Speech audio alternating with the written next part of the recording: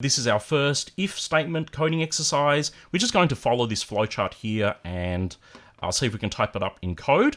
We're asking the user how many colors are there in the Australian Aboriginal flag. We've already got that code here where we're using the input function and then we're assigning it into the colors variable. So we're going to ask, is the answer 3? So that's where we're going to fill in the spaces here for our if statement.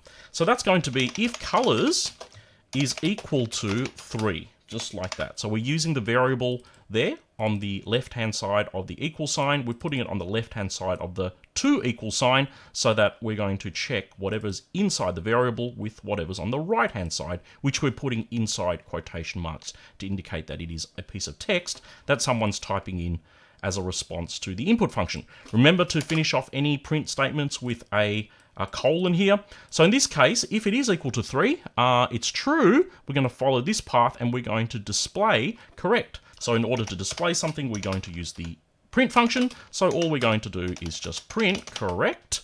And then you'll notice here that we have both arrows joining up to displaying there are 3 colors, black, yellow, and red. And that happens when even if they get it wrong, so if that's false, and it also happens when the condition is true. Okay, so that means that this display will happen just at the bottom here. So we're just going to display, there are 3 colors, black,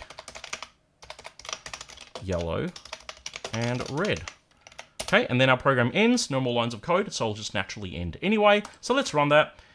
So let's say if I type in the correct answer of 3, it should say correct, there are 3 colors. If I type in, say, 4, it will just display there are 3 colors. It won't tell us that we did not get it correct. It just tells us what the answer should be. So that's how we do that problem right there.